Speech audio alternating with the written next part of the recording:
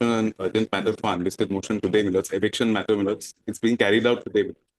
Within the span of next 2 hours, Millets, they'll finish the eviction. They started removing my things, Millets. I have the photos, Millets, here. Nizam Bazaar, Millets. They're carrying. Eviction must have been aware of. There's nothing, the Millets. notices. Yesterday, they came and gave me this notice, Millets. They just handed me this and said, I'm evicting.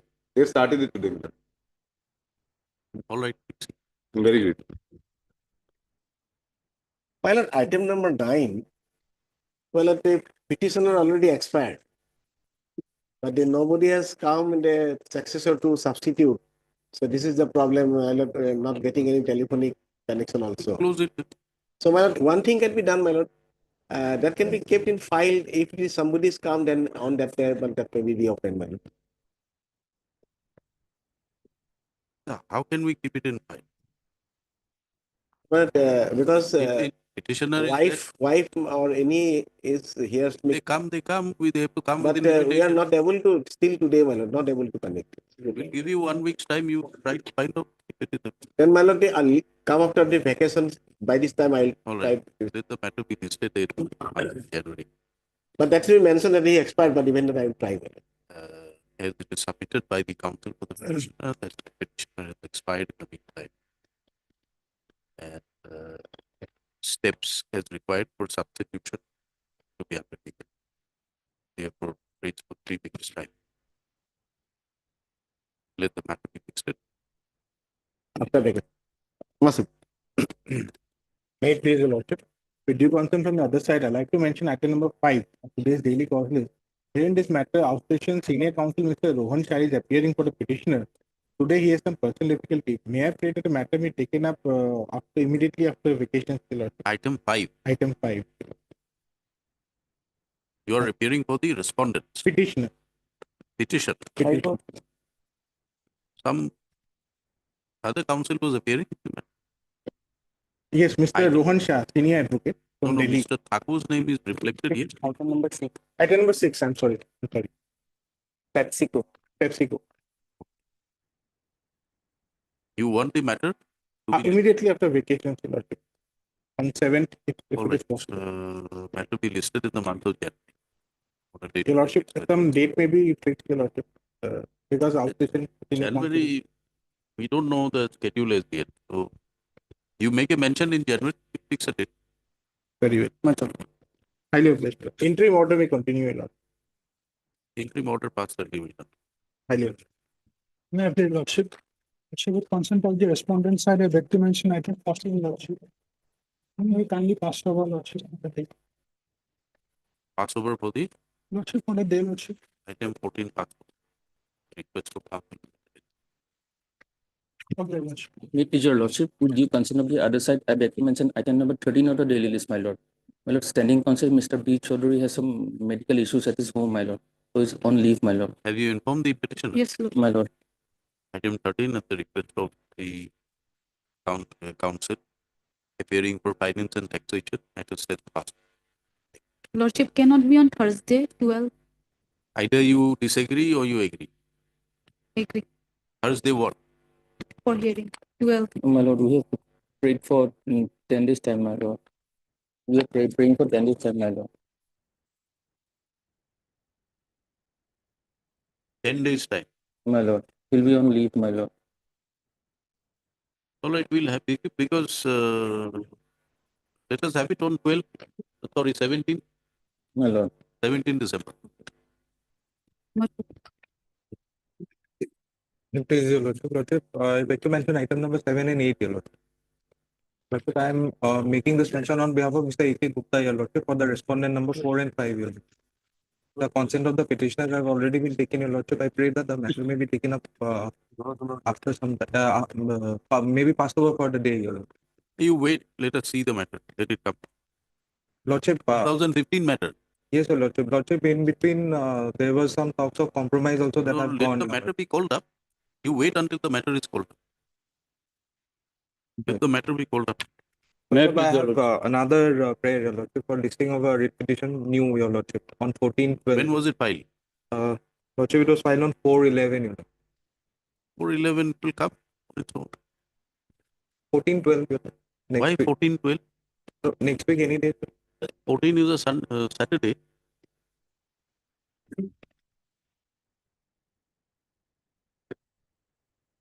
sixteenth, your lordship, or 13th.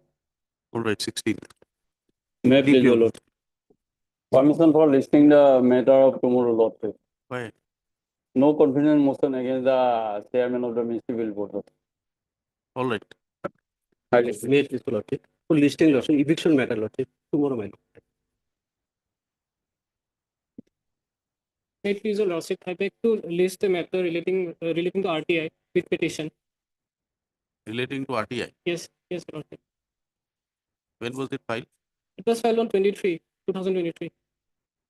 For admission. Yes. On 14th of December or 13th. Why you are asking for 14? It is a Saturday. Okay, then on 11th of December. All right, 11th is up. May I plead your lordship, I beg to mention for Oh, listing. just a minute. Let it be on 10th of December. 10th December. Yes. I beg to mention for listing new filing, but not yet in listing. It may be listed on 26, 12, 24, 26, 16, 12 16, all right. of my lordship. Your lordship, with the consent of the other side, I beg to mention item number 11. Your lordship may kindly adjourn the matter for the day. Why? Your lordship, my senior is not well. You wait. Let the matter be called up. Yes. Item number 4, your lordship, become infectious. I may allow. Or at the request of prayer of the learned council. So that the matter is efficient that this method is not pressed. In pre-orders, if any time indicated, pending either. Yes. Sir.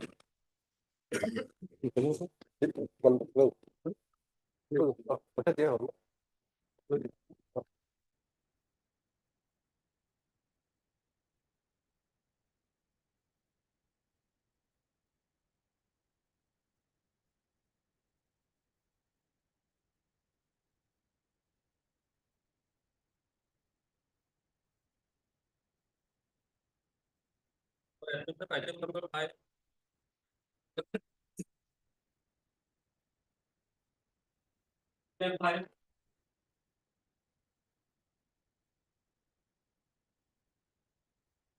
Yes.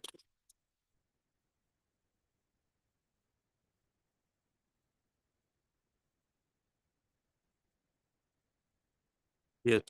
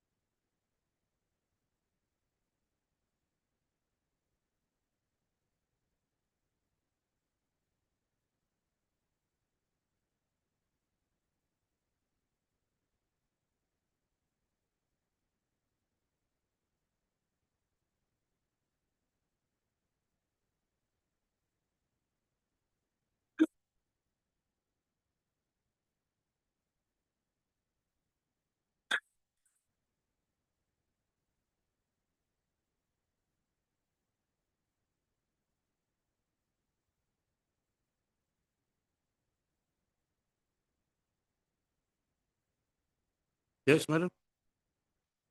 I have gone to a number of authorities and judgments. I could hardly find anywhere the notice which has been sent by the advocate for the party has been challenged. All I've got is where it has been accepted.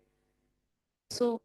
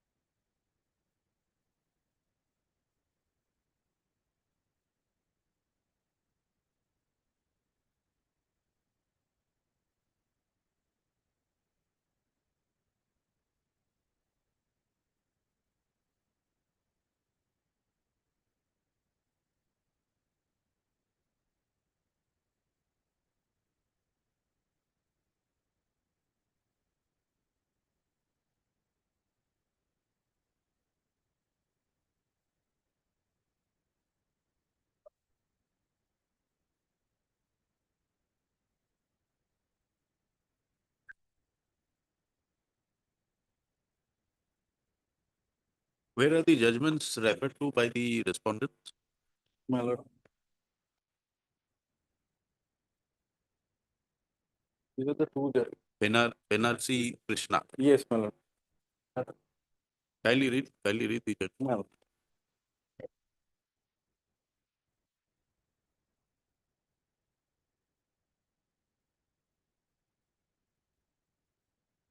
My lord, the judgment of Benarsi Krishna Committee, my lord, reported in 2012, 9 SCC 496, my lord.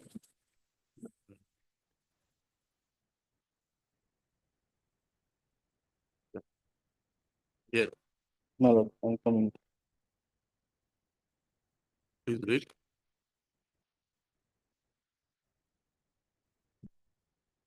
Lord, paragraph 9, No, you read the entire judgment. my lord. In this special leave petition, a question has been raised as to whether the service of an arbitral award on the agent of a party amounts to service on the party itself, having regard to the provisions of section 31(5) and section 34(3) of the Arbitration and Conciliation Act 96. The petitioner is a committee of managing landlords who are the co-owners of Benarsi Krishna Estate at Moti Cinema Compound, Chandni Chowk, Delhi. The property apparently belongs to Khanna family and the Seth family. The respondent number 1 is a private limited company incorporated under the Companies Act 1956 and is an estate developer and builder of both residential and commercial properties. The petitioner committee entered into a collaboration agreement at 16/1/1990 by which the respondent agreed to convert the Moti Cinema compound into a commercial complex. Subsequently, the agreement was amended on 2/5/1991 by which certain changes were introduced with regard to the scheme of payment. Inasmuch as disputes arose between the parties over the working of the agreement and the respondent filed an application under section 11 of the 1996 Act for appointment of an arbitrator, and by an order dated 14/5/2001, the Delhi High Court appointed Justice K. Ramamurthy, a retired judge of the said court, as the sole arbitrator. After considering the materials brought on record, the learned arbitrator passed his award upon holding that the respondent had committed breach of the terms of the collaboration agreement and directed the petitioner to refund the sum of rupees 41 lakhs which had been received from the respondent within 3 months from the date of the award, and in default of payment within the said period, the amount would carry interest at the rate of 12% per annum from the date of the award till the date of payment. As will appear from the records, copies of the award duly signed by the learned arbitrator were received by the council for the respective parties. As far as respondent is concerned, the endorsement shows that the copy of the award was received by its council on 13/5/2004. However, no application for setting aside the award was filed by the respondent within a period of 3 months from the date of the receipt of the award as provided under section 34(3) of the 1996 Act. On 3/2/2005, the respondent filed a petition being OMP number 51 of 2005 under section 34 of the 96 Act to set aside the award of the learned arbitrator. According to the petitioner, the said petition was filed after a delay of more than 9 months from the date of receipt of the award. The said objection of the petitioner was considered by the learned single judge of the High Court, who by his order dated 28/8/2009 dismissed the respondent's petition on the ground that the same was time barred. The learned single judge accepted the contention of the petitioner that the expression party used in section 31(5) of the 1996 Act would also include the agent of the party. The matter was carried to the division bench of the High Court by the respondent on 5/10/2009 by way of FOA OS number 578 of 2009, accepting the case of the respondent that the service of the award had not been properly effected. The division bench remanded the matter to the single judge to decide the objections on the award on merits. Upon holding that for compliance with the provisions of section 31(5) of the 1996 Act, a copy of the award had to be delivered to the party itself, and the service on its council did not amount to service within the meaning of Section 31(5) of the aforesaid Act. The special leave petition has been filed against the said judgment and order of the Division Bench of the Delhi High Court. In arriving at its decision, which has been impugned in these proceedings, the Division Bench of the Delhi High Court referred to its own judgment in National Projects Construction Corporation Limited versus Bundela Bundu Construction and a decision of this court in Union of India versus Tekko Trichy Engineers and Contractors, which had considered the decision of Delhi High Court in Bundela Bundu case. The division bench also referred to the decision of the Privy Council in the celebrated case of Nazir Ahmed versus King Emperor, wherein it was categorically laid down that if an action is required to be taken in a particular manner, it had to be taken in that manner only and not at all. While observing that all the aforesaid controversies could have been avoided if the award had been served on the party directly, the division bench also observed that in view of Section 21H of the 1996 Act, there is no justifiable reason to depart from the precise definition of the expression party, which means a party to the arbitration agreement.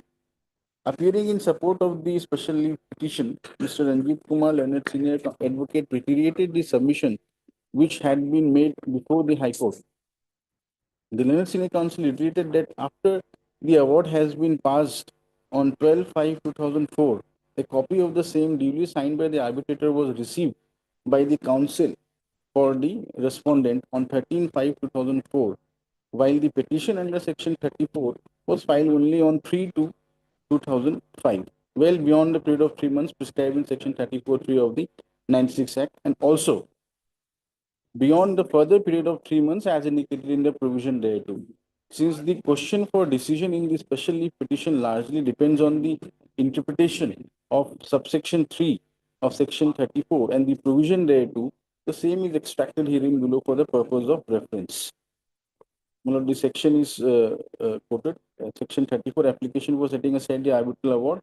An application for setting aside the award may not be made after 3 months have elapsed from the date on which the party making that application had received the arbitral award, or if a request had been made under Section 33 from the date on which that request had been disposed of by the arbitral tribunal, provided that if the court is satisfied that the applicant was prevented by the sufficient cause from making the application within the said period of 3 months, it may entertain application within a further period of 30 days, but not thereafter.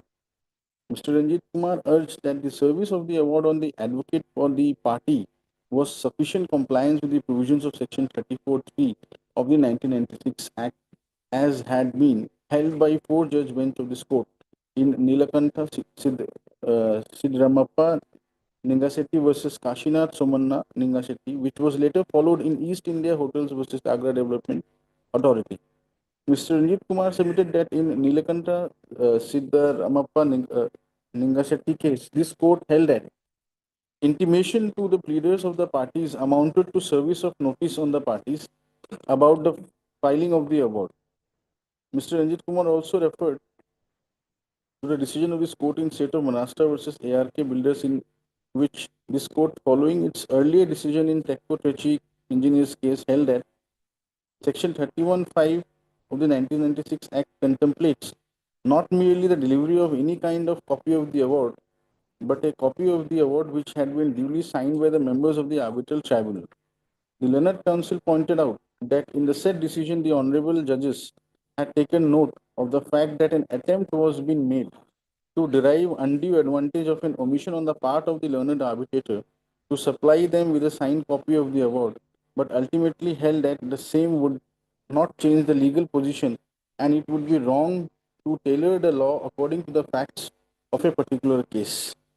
As an additional ground, Mr. Ranjit Kumar referred to the use of the words signed by the parties under Order 23, Rule 3, read with Order 3, Rule 1 of the Code of Civil Procedure, which provide that any appearance, application, or act in or to any court required or otherwise expressly provided by any law for a time being in force be made or done by the party in person or by his recognized agent or by his pleader, by a pleader appearing, applying, or acting as the case may be on his behalf. Mr. Ranjit Kumar contended that on the strength of the wakalatnama executed by the party in favor of his advocate agent, service of notice affected on the advocate holding such wakalatnama amounted to service of notice on the party himself, as was held in Pushpa Devi Bhagat versus Rajinder Singh. A similar view had been expressed by this court in Brahim Pestonji Gariwala versus Union Bank of India, whereby this court held that expression signed by the parties would include signed by his pleader. Mr. Ranjit Kumar submitted that once an wakalatnama had been executed by a party in favor of his advocate, the said advocate was competent to do such acts as could be done by the party himself. Accordingly, the division bench of the Delhi High Court had, in the teeth of the aforesaid decisions, erred in holding that the service of the signed copy of the award by the learned arbitrator on the respondents' counsel did not amount to compliance with the provisions of Section 31(5) of the 1996 Act, which specifically enjoined that the copy was to be delivered to each party.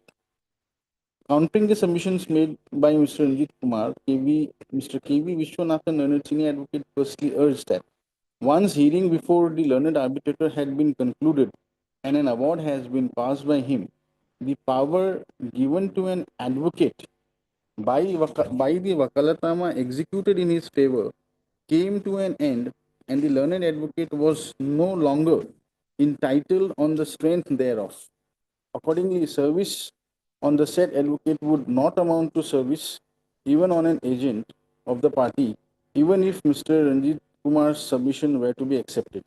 Mr. Vishwanathan, however, contended that the service on the learned advocate of the party cannot be treated as service of the award on the party itself, as had been very clearly held in the very same decision referred to by Mr. Ranjit Kumar in Pushpa Devi Bhagat case.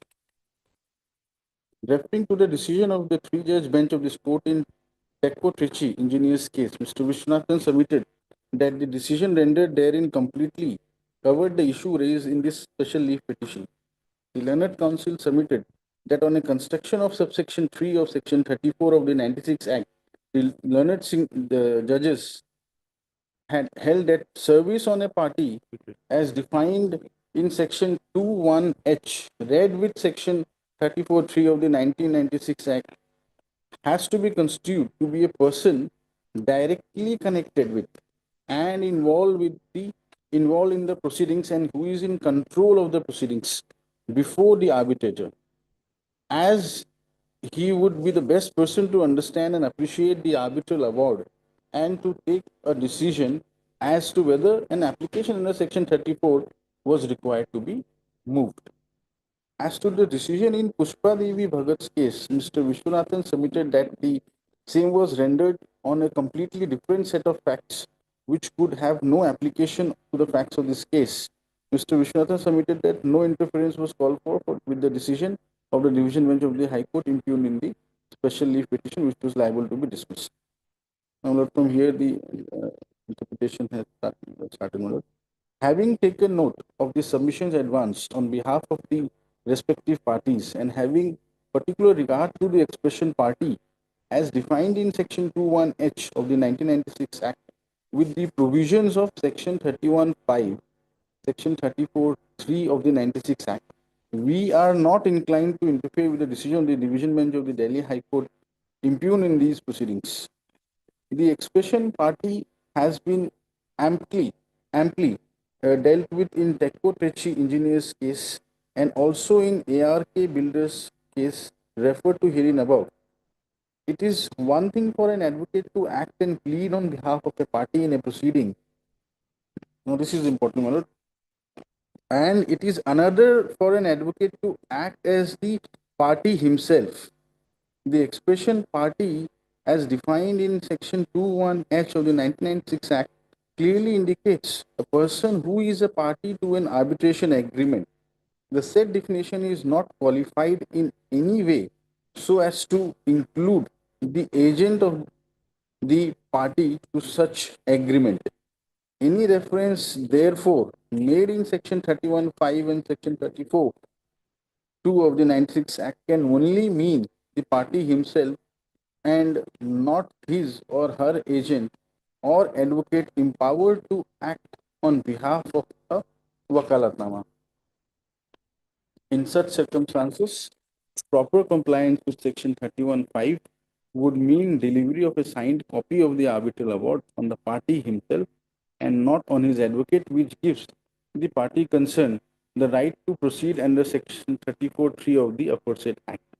This view taken in Pushpa Devi Bhagat's case is in relation to the authority given to an advocate to act on behalf of a party to a proceeding in the proceedings itself, which cannot stand satisfied where a provision such as section 31(5) of the 96 Act is concerned. The provisions clearly indicates that a signed copy of the award has to be delivered to the party. Accordingly, when a copy of the signed award is not delivered to the party himself, it would not amount to compliance with the provisions of section 31(5) of the Act. The other decision cited by Mr. Ranjit Kumar in Nilakanta Siddharappa Ninga Shetty case was rendered under the provisions of the Arbitration Act 1940, which did not have the provisions similar to the provisions of 31(5) of the 96 Act. The said decision would therefore not be applicable to the facts of this case also.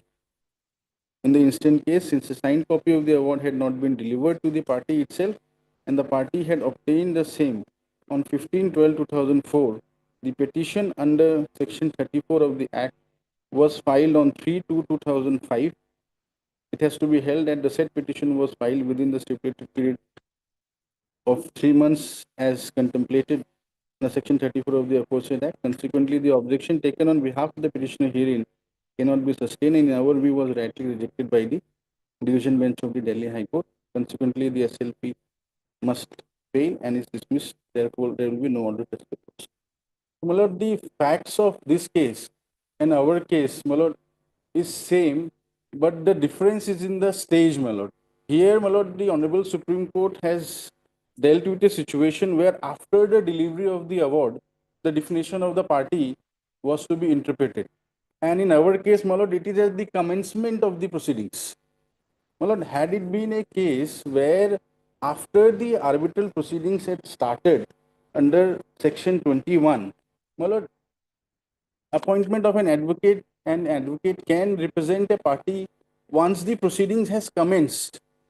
Under section 21, my lord, if my lord will see section 21, the language of the act is, my lord, that unless otherwise agreed by the parties, the arbitral proceedings in respect of a particular dispute shall commence on the date on which a request for that dispute is to be referred to arbitration is received by the respondent.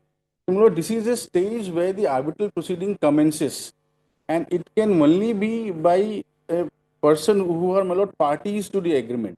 If the definition of the party, my lord, is my lord, enlarged to include other persons, then, my lord, the very definition of arbitration agreement under section, my lord, 7 would also be diluted. So therefore, my lord, in my humble submission, and my lord, I have also, my lord, I was going through the Unicitral Model Law of 1985, on the basis of which the Arbitration Act 96 had come into force. My lord, there I have tried to, my lord, find out the definition of the word party that is not there, my lord. Meaning thereby, my lord, the legislature has included the word and the definition of the party, my lord, in the 96 Act intentionally and gave it, and that particular interpretation should only. Neutral model. My lord. The scheme with over is notice Pakistan. The language is same, my lord. Exactly the same. 21, the language which is section. Is it available? My lord.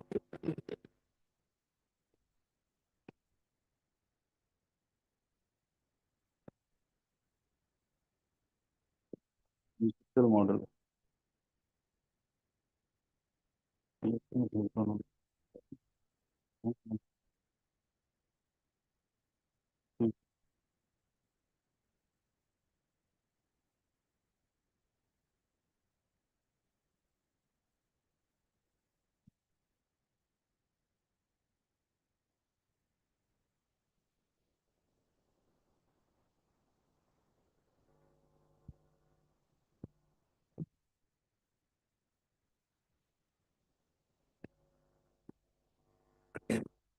These are the UNCITRAL model law.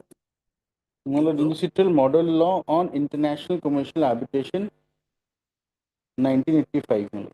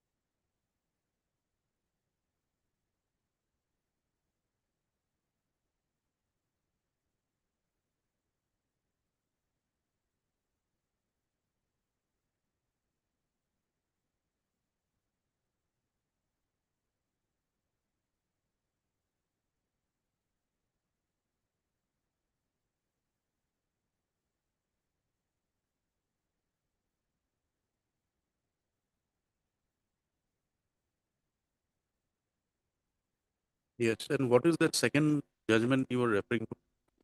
My lord, the second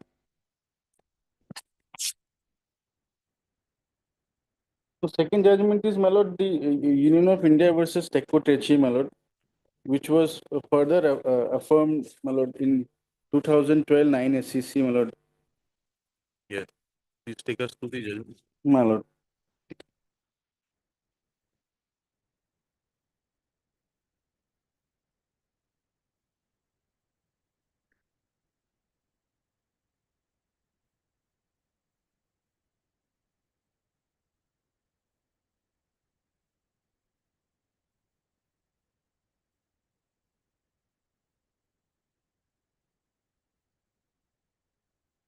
My lord, this is in reference of to a Southern Railway, my lord, contract. Just, My lord, just 1 minute. 1 minute.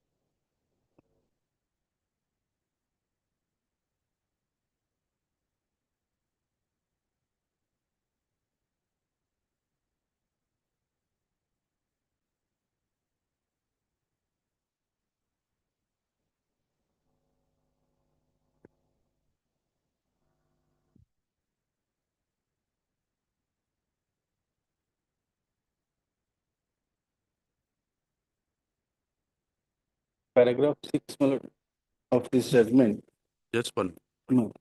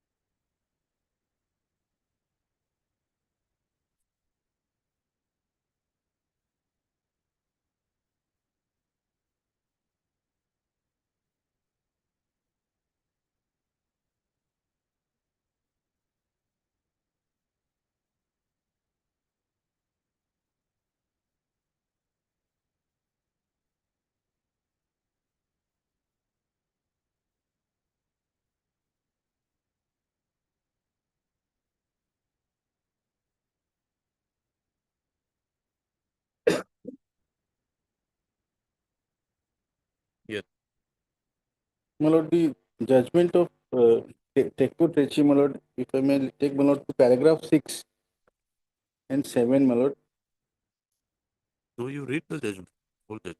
my lord. This, my lord, paragraph 2, my lord, the Southern Railway entered into a contract with respondent number 1 for GOG conversion from Madras Beach to Trichapalli Velupuram section, construction of a bridge being agreement number 136 slash so and so dated 29/9/95. On behalf of the Southern Railway, the contract was signed by the then Chief Project Manager, presently the Chief Engineer. Disputes arose touching the claims arising out of the execution of works under the contract and in exercise of the power conferred by the arbitration clause contained in the contract. The General Manager, Southern Railway, appointed an arbitrator as also a presiding arbitrator, while respondent number 1 nominated its arbitrator. The arbitral tribunal so constituted gave its award on 10/3/2001 and signed the same. A copy of the award was delivered in the office of the General Manager, Southern Railway on 12/3/2001. The receipt seems to have been acknowledged by someone in the office, probably the inward clerks. The chief engineer received the copy of the award from the tribunal on 19/3/2001. On 10/7/2001, the chief engineer presented an application for setting aside the arbitral award under Section 34 of the Arbitration and Conciliation Act 1996. An application seeking condonation of delay under subsection 3 of Section 34 was also filed. The delay was sought to be condoned was of 27 days only, based on an assumption that the copy of the award was received on 19/3/2001. The application for condonation of delay was contested by the respondent number 1 on the ground that the arbitral award was delivered on 12/3/2001 and calculated from that date there was a delay of 34 days in filing the application beyond the period of limitation prescribed by subsection 3 of section 34 of the Act, while the proviso appended to the said provision does not permit any delay beyond the period of 30 days being condoned by the court. The objection raised by the respondent number 1 has found favor with regard to the learned single judge of the High Court, who rejected the application, holding it as barred by limitation. The decision had been upheld by the division bench of the court. Feeling aggrieved, the appeal has been filed by special leave. The short question which arises for decision in this appeal is, which is the effective date on which the appellant was delivered with and received the arbitral award, as that would be the date wherefrom the limitation within the meaning of subsection 3 of section 34 of the Act shall be calculated. Subsections 1 and 3 of the section 34 Act are relevant for our purpose and are reproduced herein below.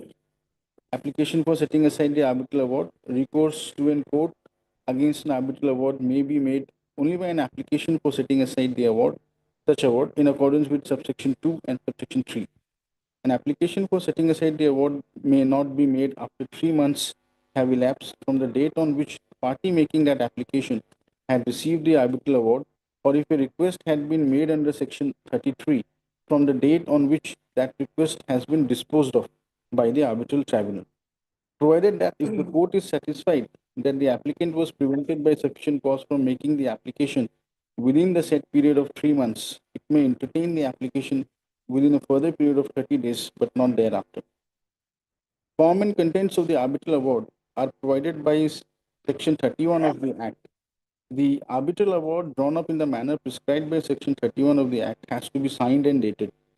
According to subsection 5, after the arbitral award is made, a signed copy shall be delivered to each party. The term party is defined by clause H of section 2 of the Act as meaning a party to an arbitration agreement. The definition is to be read as given unless the context otherwise requires. Under subsection 3 of section 34 of the limitation of 3 months commences from the date on which the party making that application had received the arbitral award. We have to see what is the meaning to be assigned to the term party and party making the application for setting aside the award in the context of the state or a department of the government, more so a large organization like the railways.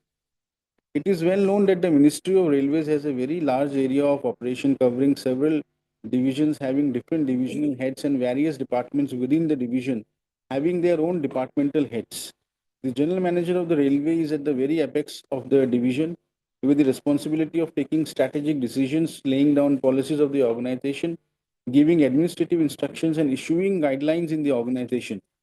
He is from elite managerial cadre, which runs the entire organization of his division, with different departments having different departmental heads. The day-to-day management and operations of different departments rests with different departmental heads.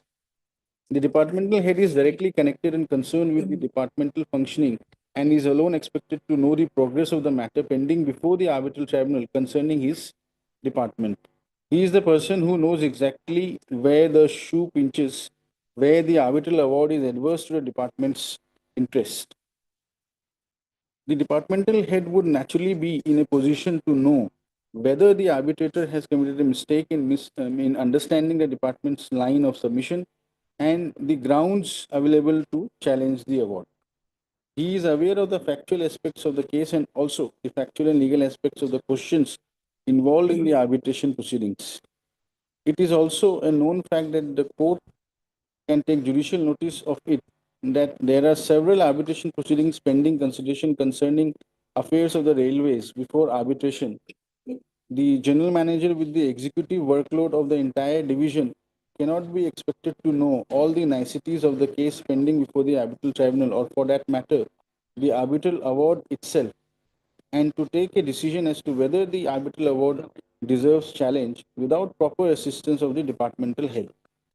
The general manager, being the head of the division, at the best is only expected to take final decision whether the arbitral award is to be challenged or not on the basis of advice and the material placed before him by the person concerned with the arbitration proceedings. Taking a final decision would be possible only if the subject matter of challenge, namely the arbitral award, is known to the departmental head who is directly concerned with the subject matter as well as arbitral proceedings.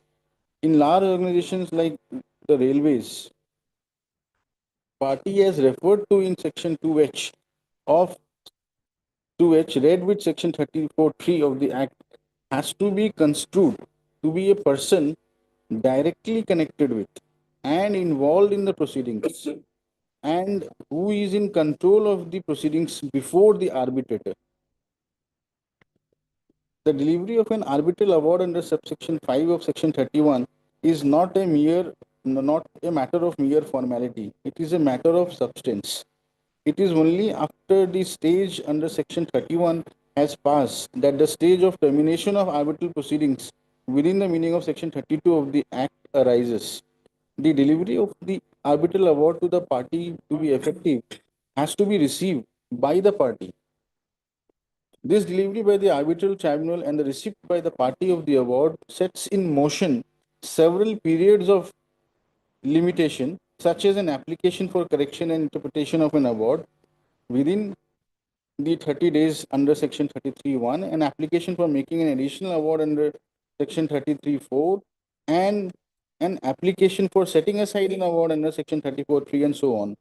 As this delivery of the copy of the award has the effect of conferring certain rights on the parties, as also bringing to an end the right to exercise those rights on expiry of the prescribed period of limitation, which would be calculated from that date, the delivery of the copy of the award by the tribunal and the receipt thereof by each party constitutes an important stage in the arbitral proceeding. In this context, a huge organization like railways, the copy of the award has to be received by the person who has the knowledge of the proceedings and who would be the best person to understand and appreciate the arbitral award and to take a decision in the matter of moving an application under subsection 1 or subsection 5 of section 33 or under subsection 1 of section 34. In the present case, the chief engineer had signed the agreement on behalf of the Union of India entered into with the respondent. In the arbitral proceedings, the chief engineer represented the Union of India and the notices during the proceedings of the arbitration were served on the chief engineer. Even the arbitral award clearly mentions that the Union of India is represented by the deputy chief engineer GOG conversion, Chennai. The chief engineer is directly concerned with the arbitration as the subject matter of arbitration relates to the department of the chief engineer and he has the direct knowledge of the arbitral proceedings and the question involved before the arbitrator. The general manager of the railway has only referred the matter for arbitration as required under the contract. He cannot be said to be aware of the questions involved in the arbitration nor the factual aspects in detail on the basis of which arbitral tribunal has decided the issue before it unless they are all brought to his notice by the officer dealing with that arbitration and who is in charge of those proceedings. Therefore, in our opinion, the service of the arbitral award on the general manager by way of a receipt in his inwards office cannot be taken to be sufficient notice so as to activate the department to take appropriate steps in respect of and in regard to the award passed by the arbitrators so as to constitute the starting point of limitation for the purposes of section 34(3) of the Act. The service of notice on the chief engineer on 19/3/21 would be the starting point of the limitation to challenge the award in the court. We cannot be oblivious of the fact of impersonal approach in the government departments and organizations like railways. In the very nature of the working of the government departments, a decision is not taken unless the papers have reached the person concerned and then an approval, if required, of the competent authority or official has been obtained. All this could not have taken place unless the chief engineer had received the copy of the award, when only the delivery of the award within the meaning of subsection 5 of section 31 shall be deemed to have taken place. The learned single judge of the High Court, as also the division bench, have heard in holding that the application under section 34 filed on behalf of the appellant as having been filed beyond a period of 3 months and 30 days within the meaning of subsection 3 of 34. There was a delay of 27 days only and not 34 days as held by the High Court. In the facts and circumstances of the case, the delay in filing the application deserves to be condoned and the application in subsection 1 of the section 30 of 34 Act filed on behalf of the appellant deserves to be heard and decided on merits. The appeal is allowed. The application in section 34(1) filed on behalf of the appellant shall stand restored in the High Court to be heard and decided in accordance with the law by the learned single judge.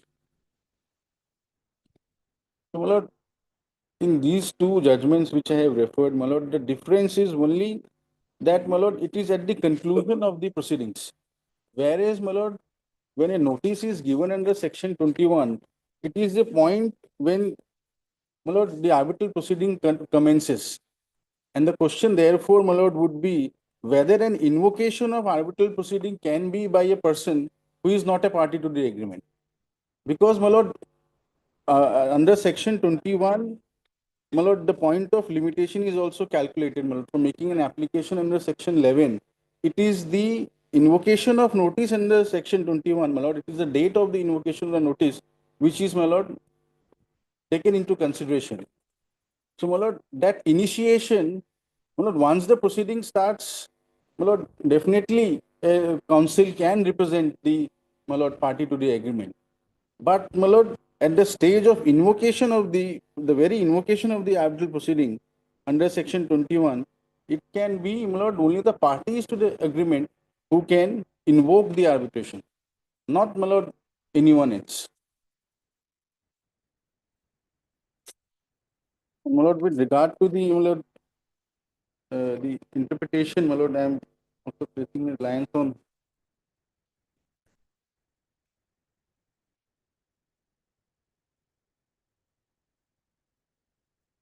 and the model law, my lord, I could not find any definition. So, my lord, therefore, the presumption would be that, my lord, the legislature has specifically defined the term party and it has to be construed strictly, my lord, as provided under the Act.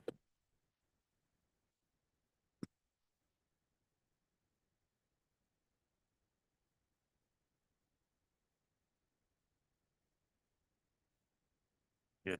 With regard to the interpretation of the term under the Act, my lord, I will refer to, my lord, paragraphs 65 and 66, my lord.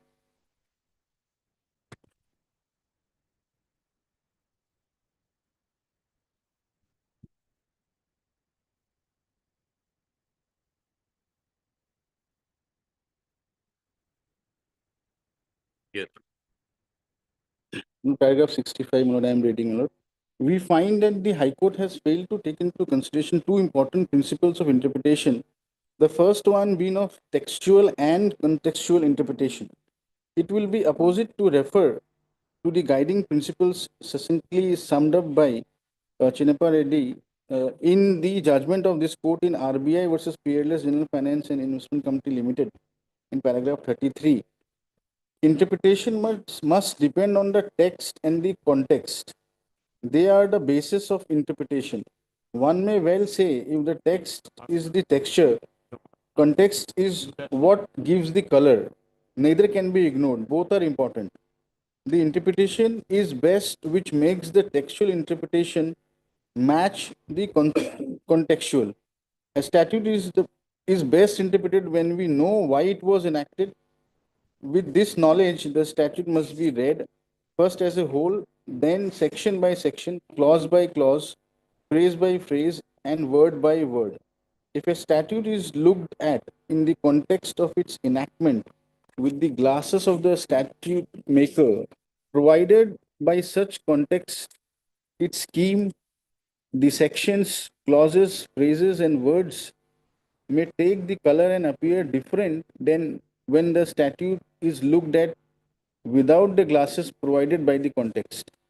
With these glasses, we must look at the act as a whole and discover what each section, each clause, each phrase, and each word is meant and designed to say as to fit into the scheme of the entire act.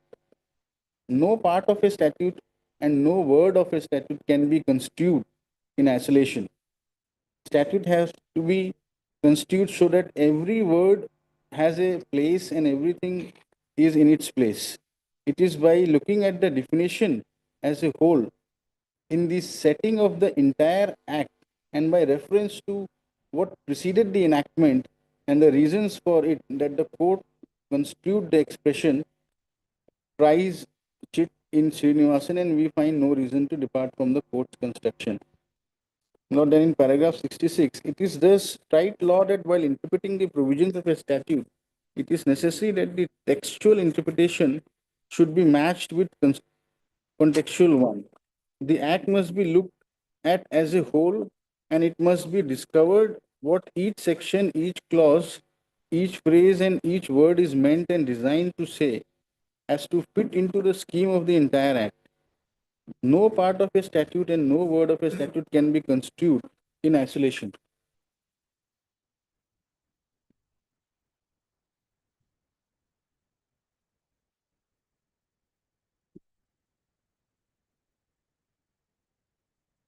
May I please for 1 minute? Can I? He'll be there. Sorry? May I be excused for 1 minute? Okay. Much obliged. The statute have to be construed so that every word has a place and everything is in its place. As already discussed herein above, the said act has been enacted by the legislature taking into consideration the increased globalization of trade and industry, the need to encourage investment flows and transfer technology, and need for simplification and harmonization of trademark management. Similar. Therefore, my lord, the definition of party as defined in the Act, my lord, will have its application to the entire provisions of the Act. It will apply to each sections of the Act, my lord, as interpreted by the my lord, Supreme Court in two judgments, my lord, which I have referred, my lord.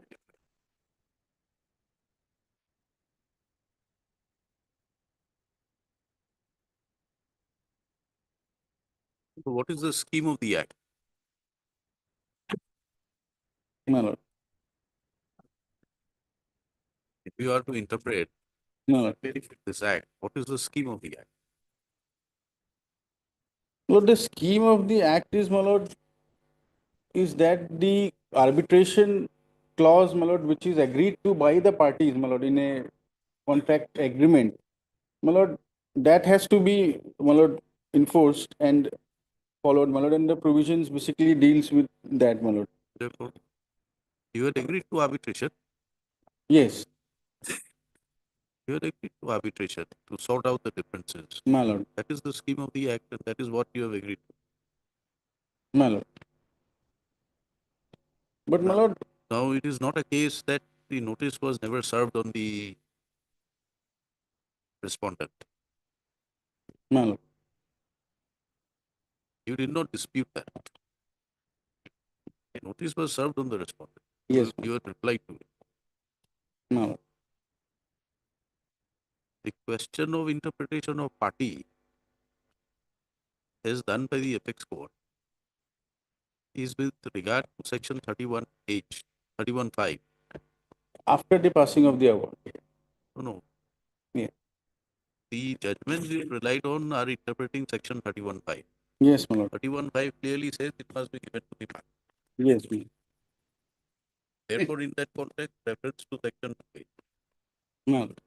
But yes, In your case, section 21, the narration in the section is it must be received by the respondent. yes, Now, this respondent is the right way. You do not dispute that you have not received. but my lord, in my humble submission, my lord, Exactly As- what this court has decided in another case. We'll hear it. my lord, as interpreted by the two judgments, my lord, but my humble submission is that invocation of an arbitration proceeding, the start of the arbitration proceedings, my lord, cannot be at the instance of You have a non-party, my you lord. have relied on this judgment with regard to interpretation, right? Yes, my lord. Come back to para 65. My lord.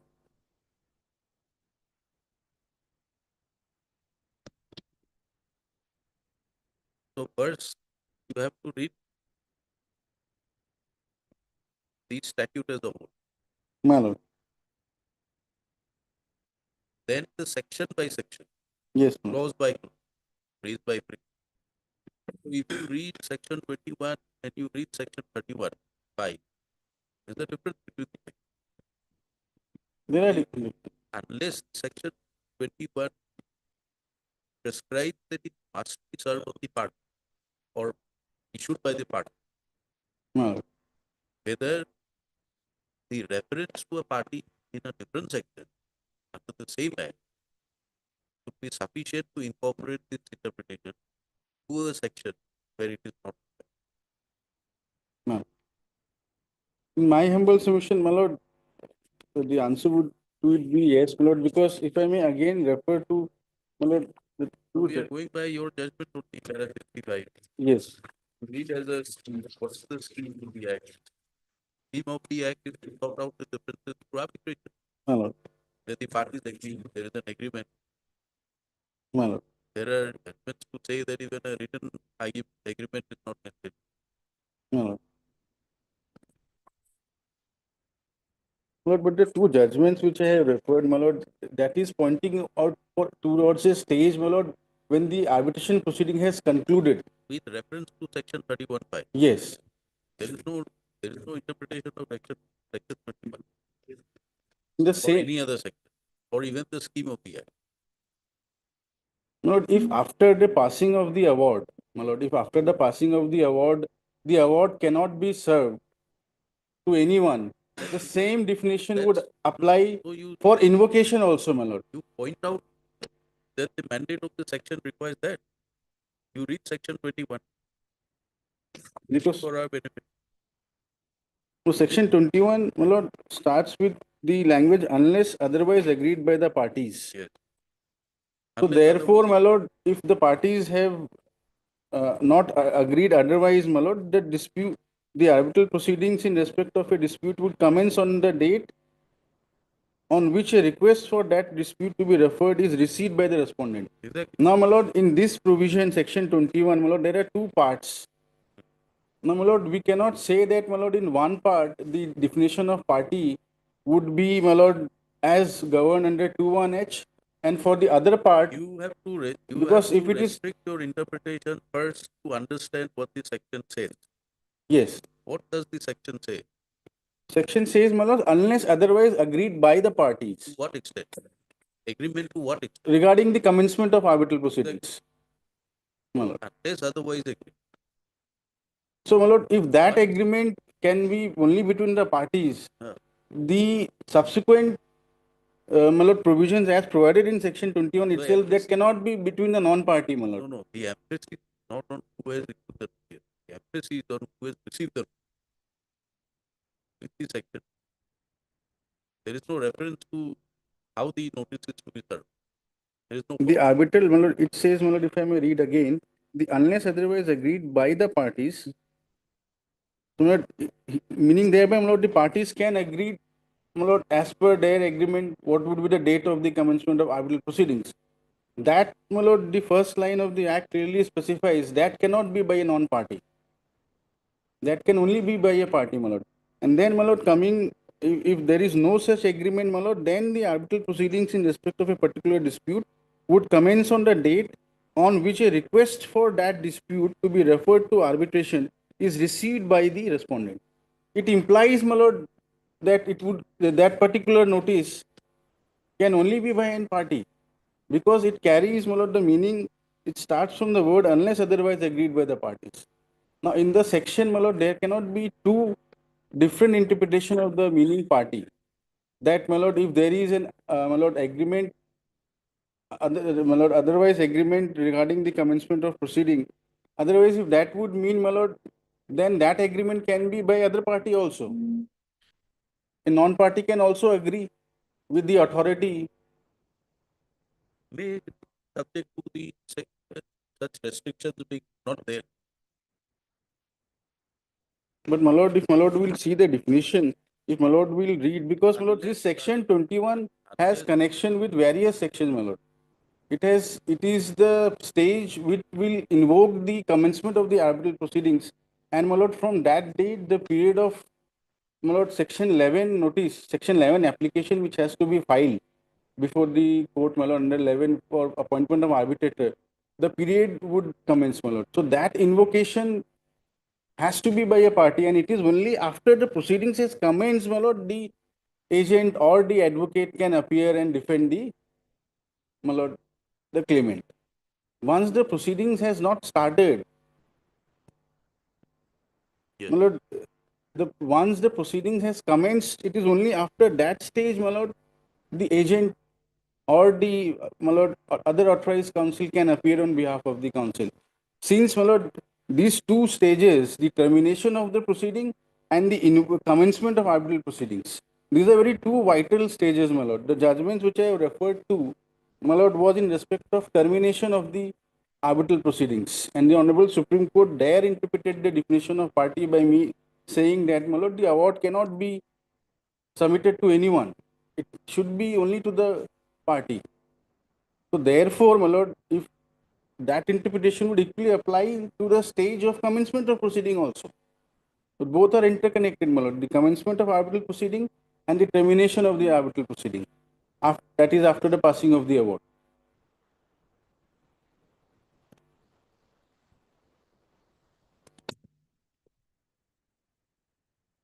And this section, my lord, section 21, has to be read in, my lord, connection with several sections of the Act.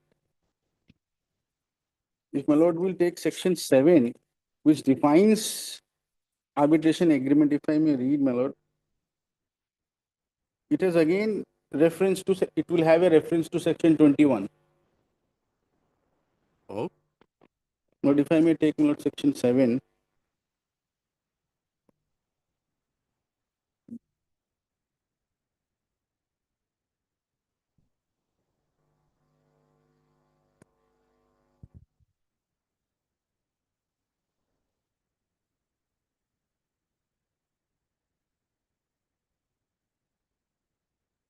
Section 7, my lord, which defines arbitration agreement.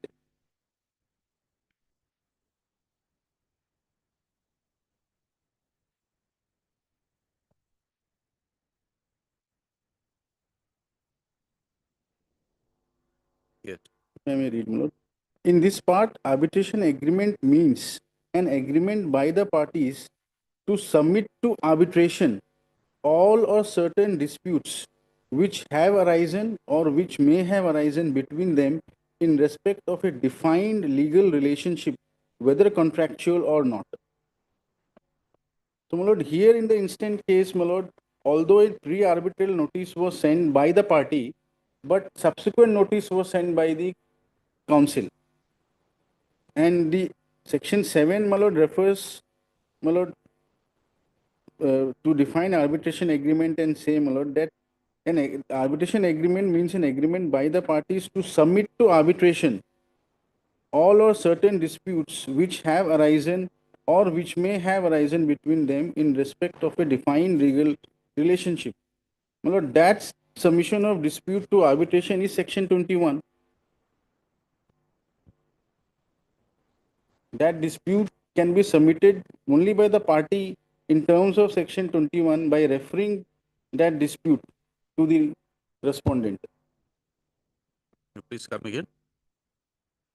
My lord, section 7, my lord, it says that arbitration agreement means an agreement by the parties to submit to arbitration all or certain disputes. Yes. Now, that submission of dispute by the parties to the agreement can be, my lord, only in terms of section 21, which deals with commencement of arbitral proceedings, or in other words, my lord, invocation of the arbitral by sending an arbitral notice. That is, my lord, section 21. So, my lord, if section 21 has to be read with, my lord, section 7 in context of arbitration agreement, which, my lord, says that it is only the parties to their agreement who can submit the dispute to the arbitration, my lord, in terms of the defined contractual legal relationship.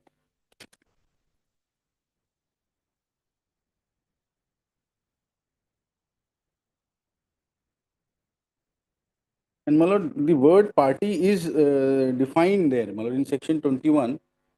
The word party is there, my lord.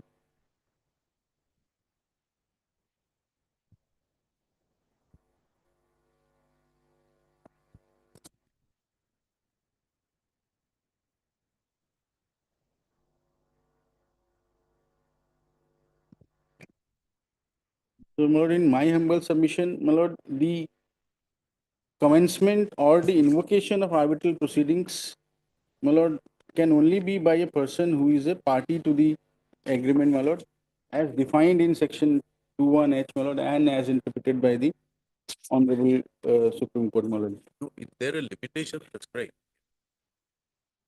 For, my lord, commencement of arbitration under the scheme of the act? no, my lord. That would be governed by, my lord, the general law of limitation, presuming, my lord, Essentially, yes, my lord, there is no dispute that there is an agreement. yes, my lord, There is no dispute on fact that this agreement is between parties. my lord, Now, the clauses of the contract also describe that parties are at liberty to refer to arbitration. my lord. So, what section 21 perhaps conveys is the intention of a party to refer the matter to arbitration.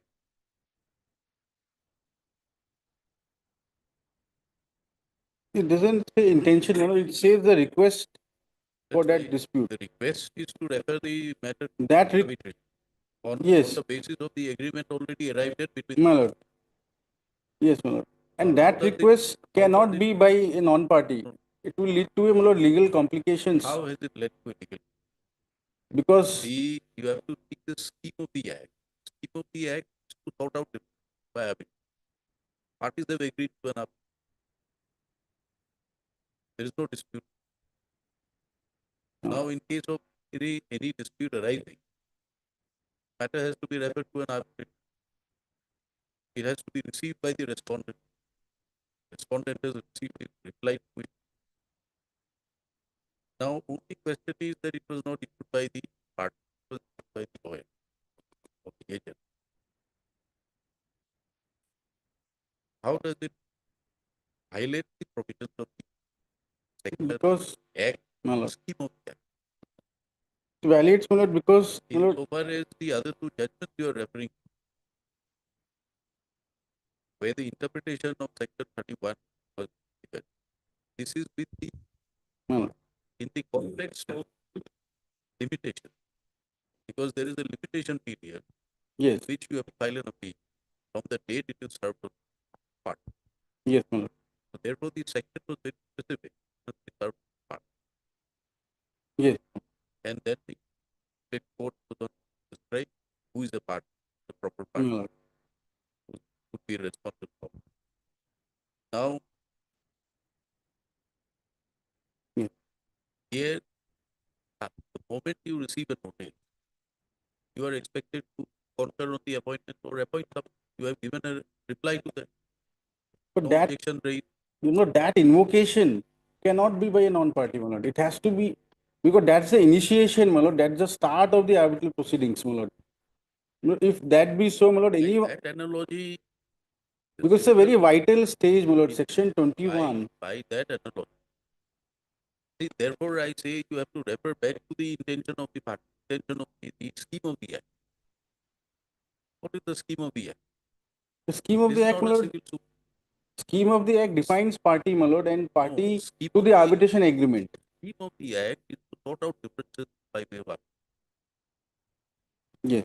The rebel court's powers have been redefined and circumscribed. They could only look into whether there is an arbitration. No. The scheme of the act that in case of dispute, go for arbitration. Don't it? That is the scheme of the act. And how to invoke the arbitration? By setting a request for the dispute to be received by the respondent. Now, if the respondent fails to accede to the request made within the time specified, the application of the section 11. Therefore, no. the scheme of the act is to refer parties to an arbitration provided there is an arbitration act. There is no dispute that there is an arbitration. No. There is no dispute that the request has been made. You have received it. Yes. There are judgments to the effect that ordinarily you lose your right to appoint an arbitrator after the specified period. Yes. Right. But there are instances where the court can also permit. You are interested, you can appoint. No. Not the only legal question. Your argument is not that you now want to appoint. It's not your argument. No, if the notice comes afresh from them, my How lord, does it matter? we can appoint, my lord. You're before the court. You're before the court. We'll give you a direction to appoint. You appoint. You concur. But, my lord, that vital stage of invocation, that, my lord, perhaps, my lord, We are asking you something. That do you disagree or dispute the fact that it is not an arbitration? Firstly, do you dispute that there is an arbitration? no, my lord. You don't. Do you dispute that you may dispute, but that the issues which are raised for arbitration are not to be referred to arbitration? Which there are judgments galore to say that No, the tribunal can look into. my lord. You do not dispute the receipt of a notice or a request. My lord. You do not dispute that you have replied to it. So, in a sense, what you are saying is that period of 30 days or the time frame specified No. will not commence because this notice is not by notice by one of the parties. No. Very well, give an undertaking to say that you will proceed for appointment the moment you receive the notice. No. So another thing which I may just point out, my lord, that the arbitration notice, my lord, does not, my lord, provides for claims, my lord. It's a kind of a formal notice. To that effect, judgments are necessary. Judgments are there. It need not identify dispute. You just have to raise the dispute and refer the matter to arbitration. All these issues are decided by the arbitration. No, my lord, the claim has to be there in the notice, my lord. What? My lord, one judgment, if I may rely on.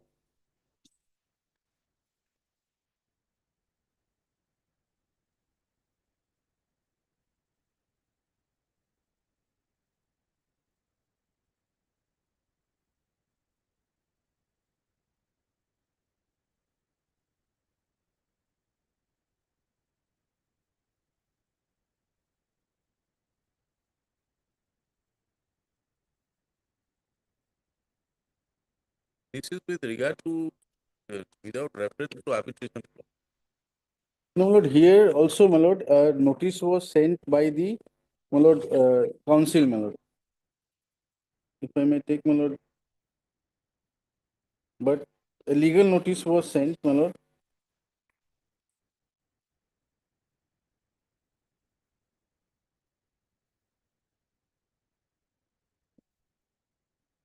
Well, paragraph 22, my lord, may take, my lord.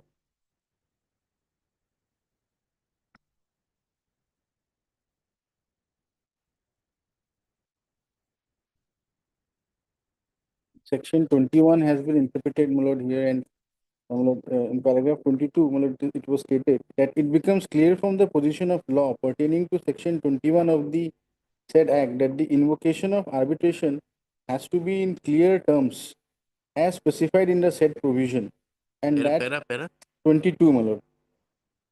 22. Yes.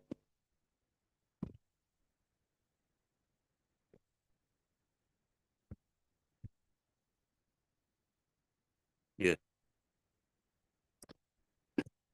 Yes. It becomes clear from the position of law pertaining to section 21 of the said act that invocation of arbitration has to be in clear terms as specified in the said provision, and that a mere reference to claims and disputes sought to be raised by the party and existence of an arbitration clause would not itself mean that an arbitration has indeed been invoked by such a party. There That- are contrary judgments to this. Yes, my lord. There are contrary judgments My lord. given by the Appeal Court.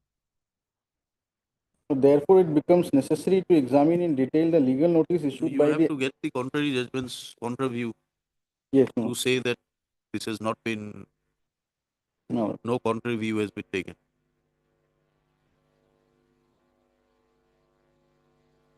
So there has to be a reference of a claim, my lord, simply saying that since it is an invocation of arbitration notice, my lord, on the basis of which Uh, the tribunal would. we are indicating that there are contra judgments Yes, to my this. lord. You place those judgments.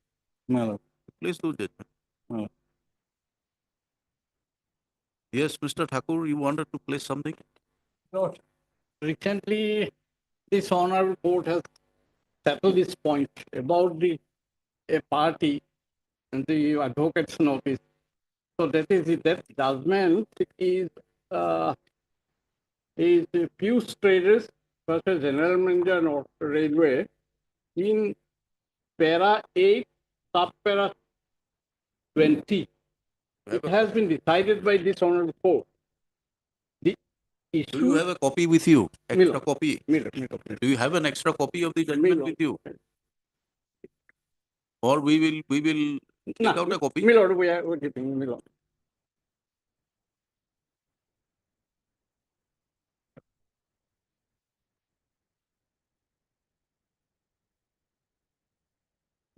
Last page, Yes. Lordship. Last page, para 6.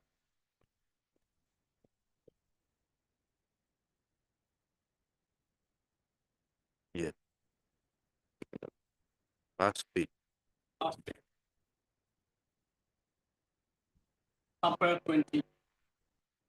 Yes. The issue Banarsi relates to whether delivery of arbitration award on agent or advocate of a party amounts to service of the award on the party itself under section 30, bracket 1 and 34.3. And it was held that the arbitration proceeding doesn't include agent or advocate representing party. It was further held that it is in one thing that an advocate to send advocate to act and plead on behalf of the party in proceeding, and it is another thing that advocate act as a party himself. In the case in hand, notice 8-18, raising claim and dispute was not issued by the advocate as a party himself, but acted on behalf of the party to contract. Therefore, considered opinion of this court, the ratio laid down in the Banarsi is clear to the effect that advocate can act on behalf of the party in the proceeding. However, such advocate cannot act as a party himself. Therefore, given fact, present case is discussed here in above, the ratio laid down in Banarasi cannot be made applicable to reject an act issuance of a notice by an advocate on behalf of the party. Only point my friend placed before your lordship is that a non-party student notice. That is the only point. Rest here is not there. There is a contract. In the contract, there is a clause of arbitration, and they have received a notice for arbitration and settled the dispute. We are not asking him money. If arbitrator gives us well and good, if it doesn't, we'll accept it.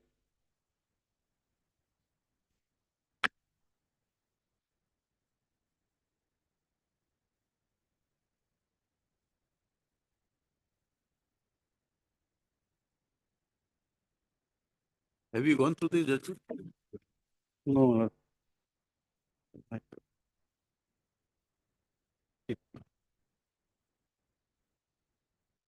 I have not gone through it. So the point is well settled. My friend has submitted, and both the judgment referred to my friend as it's a post award, not a victory award. Your friend has raised the question that everywhere in the act, starting from the definition, there is a reference to party. In the agreement that you have executed, there is no clause where it says that you will be entitled to use you as a party will include your managing agents and or advocate, whatever it is. advocates or anything. There is Yes, no that clause. is that is the only topic. So therefore, it says, with reference to the judgment of the Supreme Court, that where the definition of party is very specific, it only says party contract, doesn't include agent. Therefore, under 21, even a notice has to be issued by a party. Otherwise, it is no notice. No, that is The other flip of his argument, the opening words of section 21 is unless agreed to by yes. the party. That is the opening word of 21. So, unless agreed to by the party means unless agreed to by the party with regard to commencement of the arbitration. Commencement. It shall commence on the day Commencement. the request is received. On Now the question is who is to serve the request? first we have served on in the 2018, and thereafter my advocate issued it. The Supreme Court is very much clear on that, like this honorable court has settled this court by passing in judgment on this. Let him go. My lord.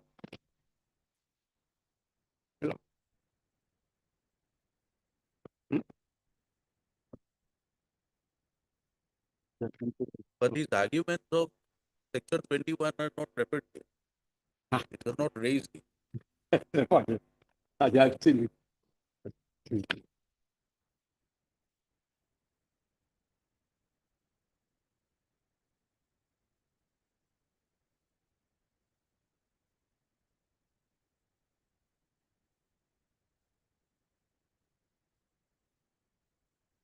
This is not under appeal. No. No appeal has been Up filed. till this moment, I don't have any information.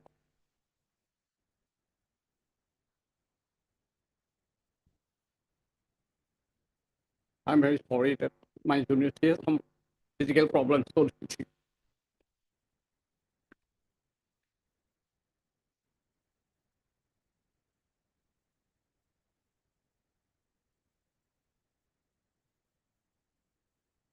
Where was the notice you had served earlier? Earlier notice was, my lord, Annexure 6. to the general manager, page 92. The earlier notice was by the party. But that is, On 21/4/18, page 92, Annexure 6. but that is in terms of clause 63, a representation has to be made before the GM And my lord, if the GM fails to decide, then my lord, clause 64 of the agreement comes into play, my lord. 92. 92. 92. Annex article.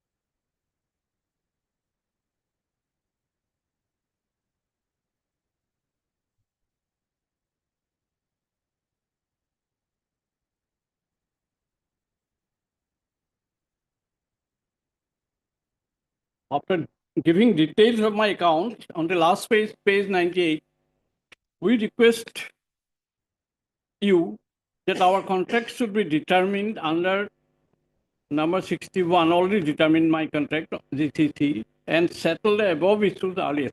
In case your request is not considered, we request you to appoint arbitrator in terms of clause 64, chapter 10, so and so, page 98.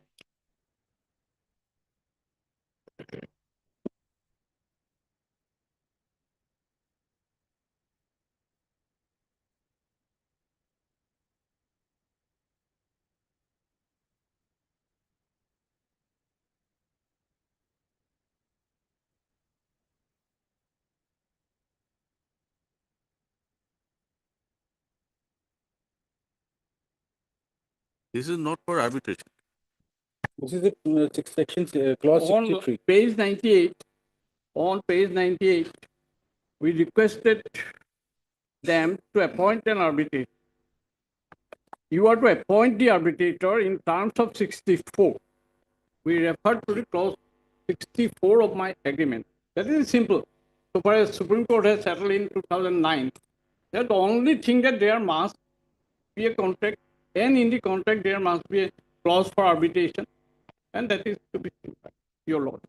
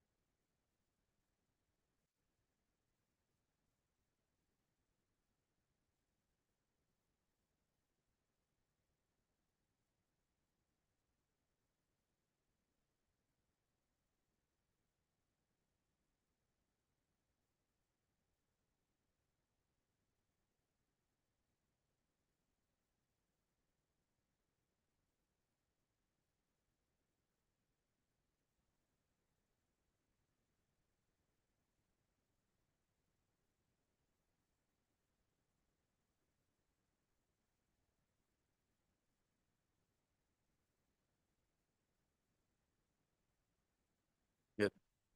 Ma- Tell us. Appears to be settled by a single petition. I will try to bring some more judgment. One more.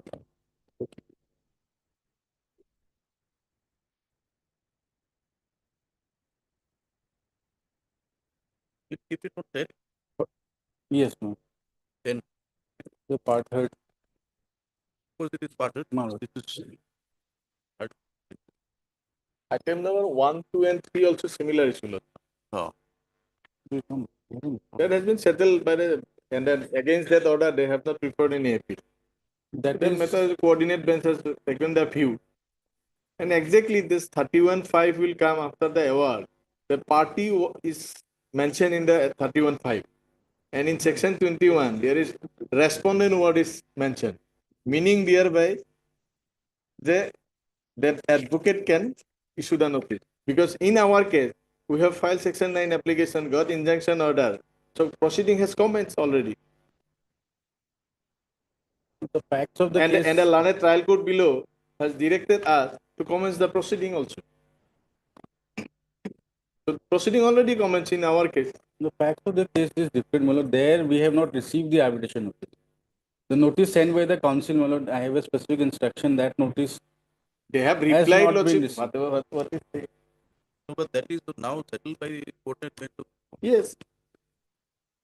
No, the notice has to be received. That notice, Why don't you go to the judgment? Go to the judgment and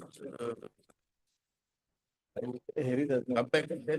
my lord, We continue on 10. my lord, 10th, Lord. 10th. Not too much time, lord. 10th of December. My lord.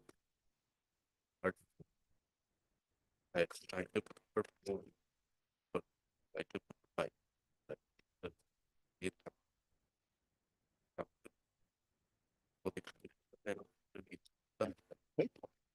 Hey, to Harry. Doesn't do the phone and get the doesn't do the Argument made by the further hearing. Then so far as item 1 is concerned, right? These matters to raise similar question of whether it does one can be by an agent party of right. According to this matter be considered arbitration 10th on 10th. 10th. My lord. Apply.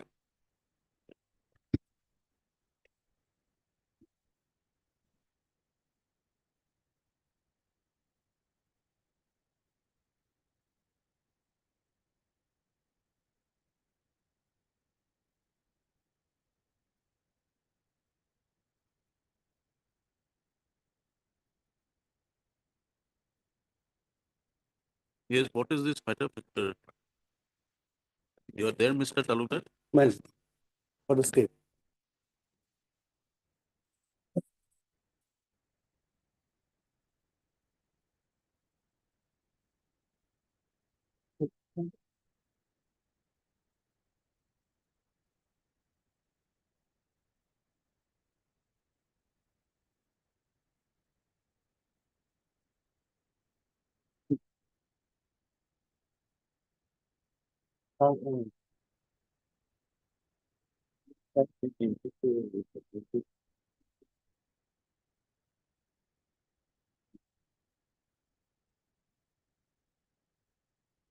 Who's there for the petitioner?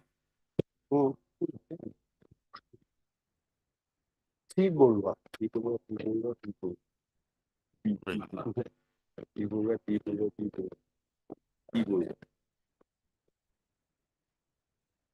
Then we, then I, there is an adjournment slip circulated. We'll keep it on 10.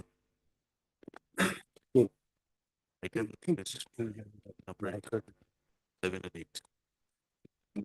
And adjournment slip has been circulated by the company. Petitioner.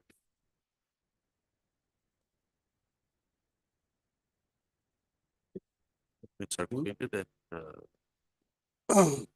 the between the councils of the parties accordingly. And the matter be listed again on 10th of December. Mr. B.J. Talukdar, Senior Counsel, assisted by Mr. T.K. Mehdi, appears. The respondent, Mr. Misra. Gupta. A.K. Gupta appears for point number 4 and 5. Respondent 4 and 5.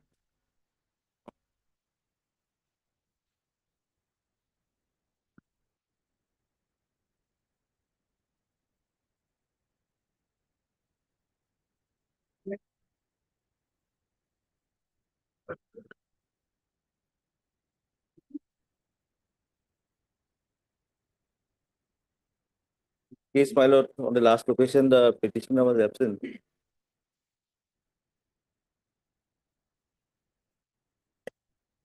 is the matter about Matter relates to a parking open space which was there at the rear shop, at the rear of the petitioner's shop. The petitioner didn't pay the requisite fees and the charges for that, and thereafter it was issued to us, to the respondent number 5. If your honor may kindly peruse at page 22 of the writ petition, this was the permission which was granted to them on 9/1/2009, wherein it was specifically mentioned that they have to pay the security deposit of 1,05,000. And if they don't pay the security deposit, then the Dumduma Town Committee will take a decision for determination of the said allotment. Thereafter, they didn't pay that said amount, nor the monthly fees for a period of 7 years. And in 2016, it was allotted to the respondent number 5. Against the said allotment, they have approached this court.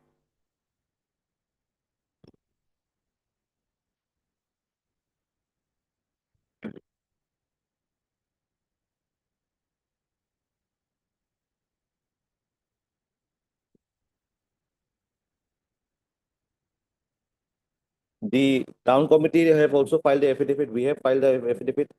The town committee affidavit shows that the petitioner is a defaulter. In paragraph 12 of the affidavit.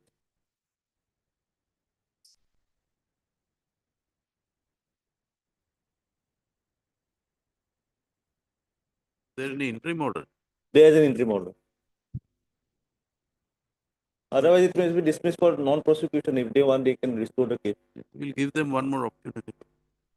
None appears for the petitioner on call. None had appeared for the petitioner on call on 28/7/22. The rest count appears for the 5. The matter be listed again 10. Can it be on 12th, my lord? 12th is it? 12, all right. 12. MSS forward again for respondent one. Can it be recorded that if they don't appear on the next day? We'll do that. You make your submission for that.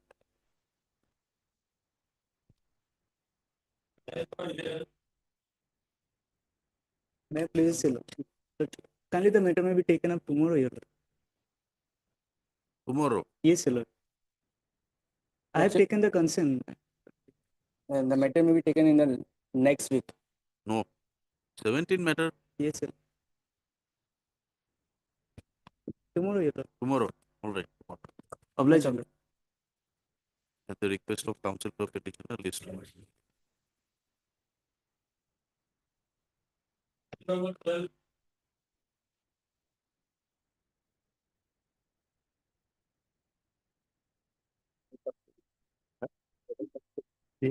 The order pass forward. Revision on dispose of forward. Plus. 19. After 19. I appeal for the petitioner, madam. Yes.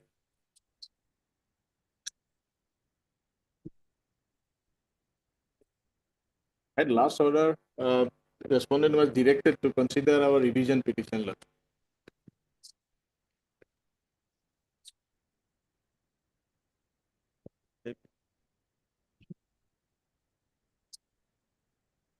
Yes.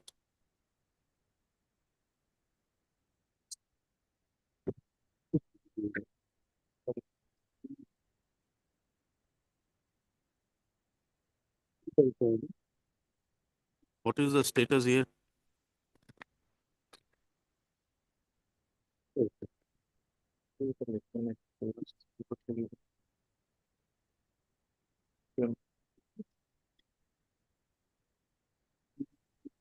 That's right.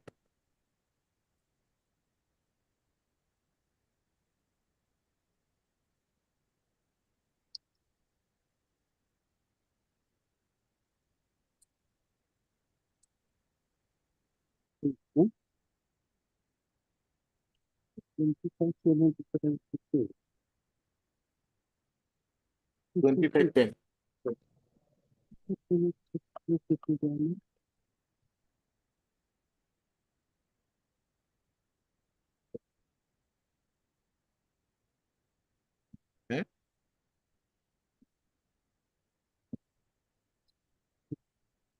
He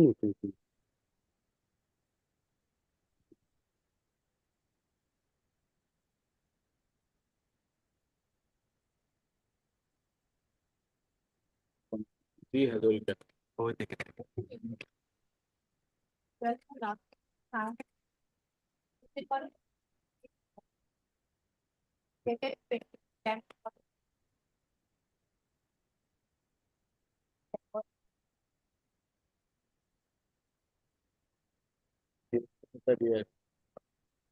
No, here. 2210. Yes. Yes. On the in the document paid last paragraph okay.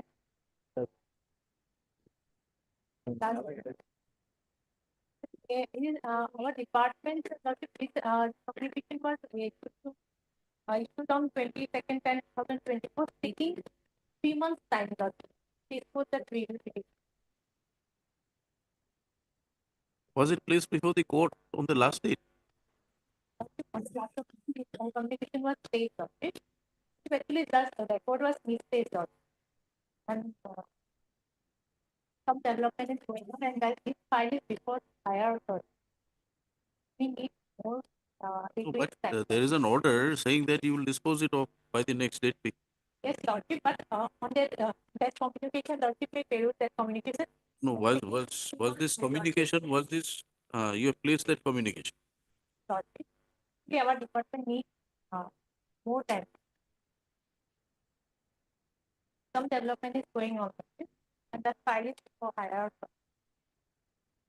What development is going? Lordship, the actual meeting with VC Lordship, because the report was misplaced.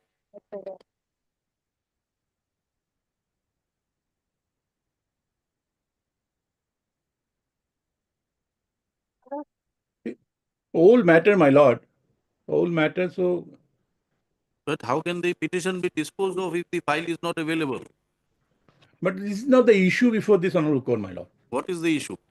Issue is that during the pendency of our revision application before the government, the deputy commissioner, that is the respondent number 3, they settled a part of the land of our tea estate in favor of a respondent number 5, who are otherwise also not eligible for any settlement as per the Landholding Act 1955 and the land policy of the government of Assam. Therefore, we challenge that allotment settlement of the respondent number 5 before this honorable court. Because the area in question, this is within our compact area of our tea estate.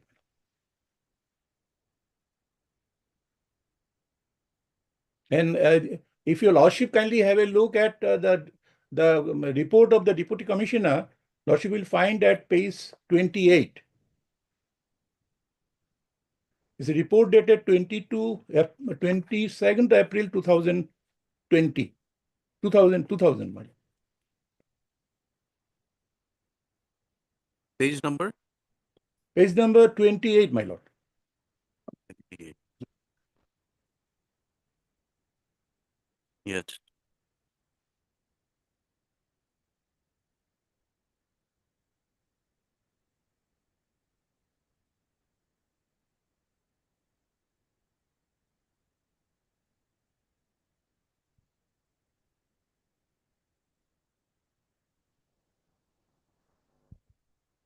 The last part of the report, my lord, lordship, in the first paragraph itself.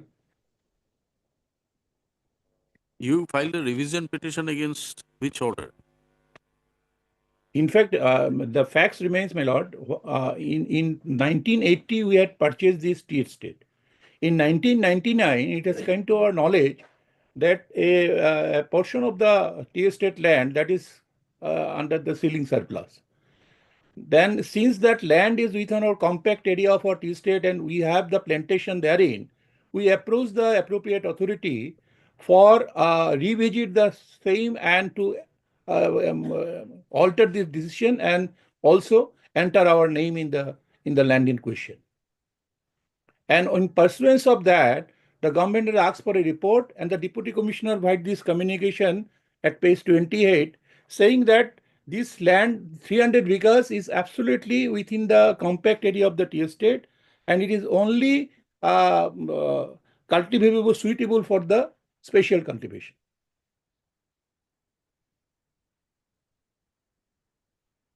Lordship will kindly have a look. The 300 acres of land which is situated within the compact area of Binod Nagar Tea Estate is under the possession of the said garden. Considering the topography of the said land, no other ordinary cultivation is suitable except special cultivation.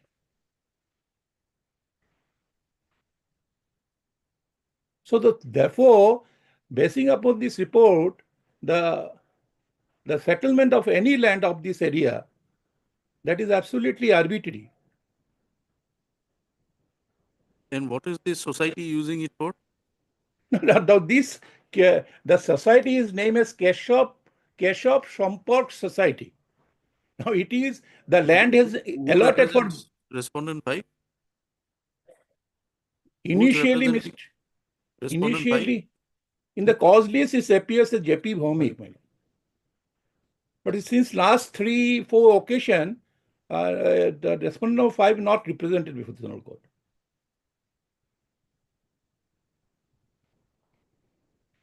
They have not also filed any affidavit in opposition.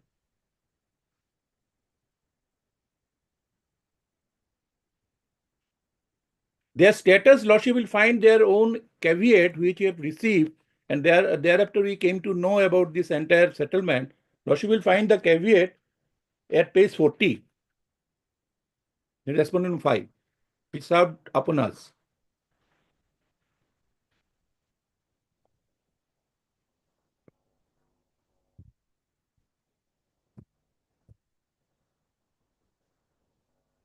So you kindly have a look at page 41, paragraph 4 and 5. 41. 41, my lord. Page number 41. Yes, my lord.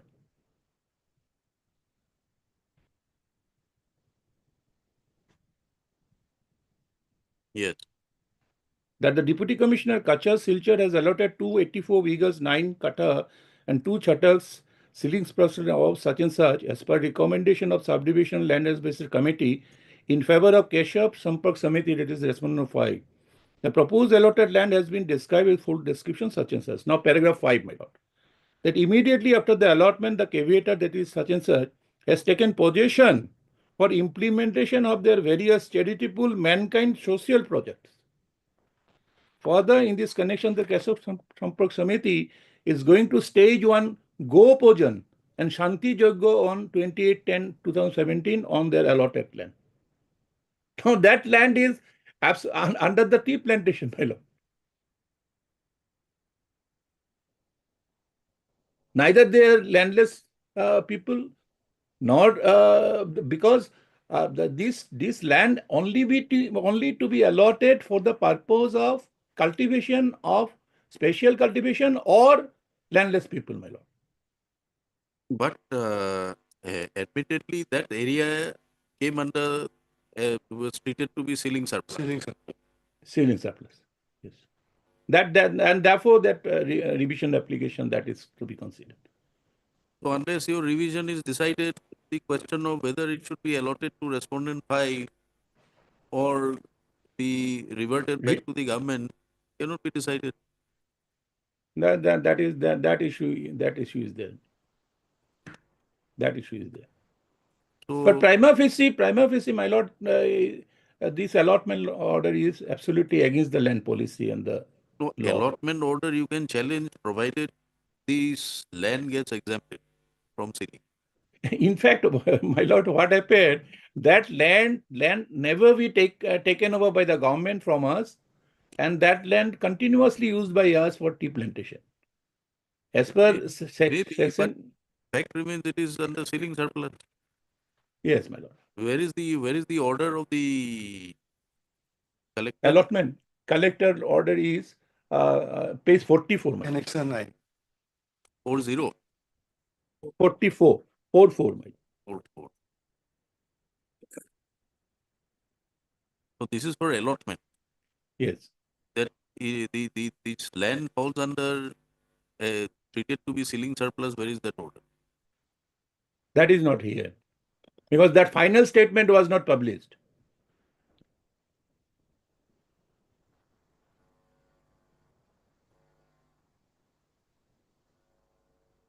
So in fact, that the land has not been vested under the Act of Land Holding in 1955 to the government.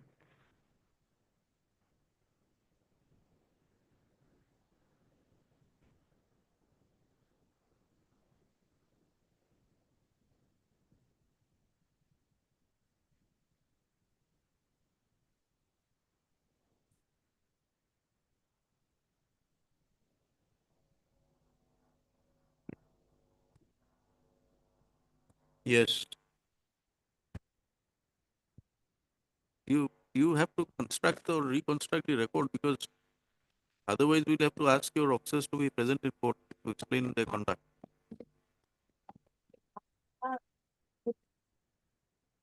Another 8 weeks. No, no. No. We are granting you time till January only. No. 28th of January. Matter be 21st, listed. is it possible, my lord? 21st Yes. of January. 21st of January, my lord, if it is possible. 21st.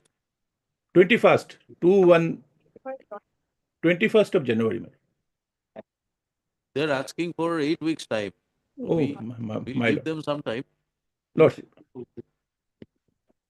If you are not available, your No, colleagues are Lordship, available. or it fixed on first week of February, my lord. All I right. need it. On 5th of February. My lord. Just on 5th of February. By which time the respondent government will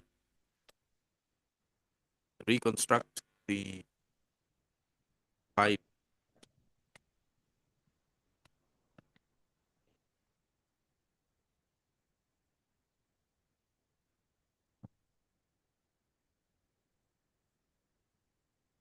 Which has been stated to be misplaced.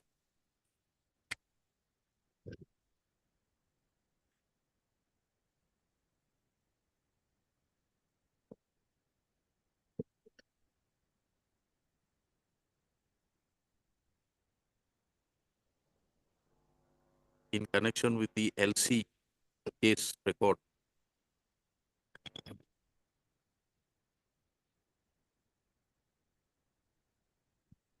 Relating to LC case number 2 of 1973.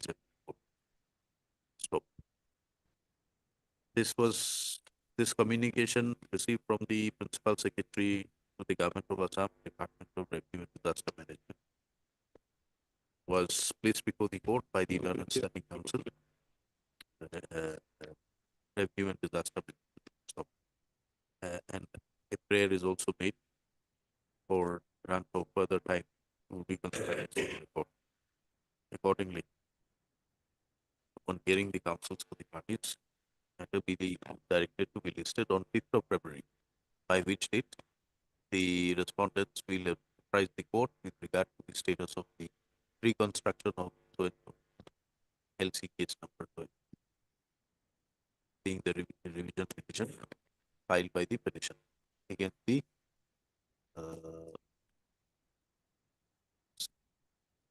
against the portion of land being declared to be ceiling surplus. Please take Right. Interim to continue. What interim? Earlier interim has been cancelled. What interim is there? Interim order dated 13/12/2017. Status quo in respect of the proposal for certain. That is continuing, my lord. Status quo on the allotment Status quo proposal. order passed early will continue. Apply. Grateful, my lord. The line lower represents respondent number 5. The approved in the council assisted by yes.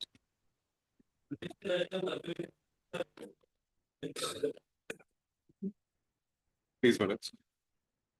Yes. I'm grateful, Manoj, for Lordship taking this up in Manoj. Manoj will kindly come directly to page 28, Manoj.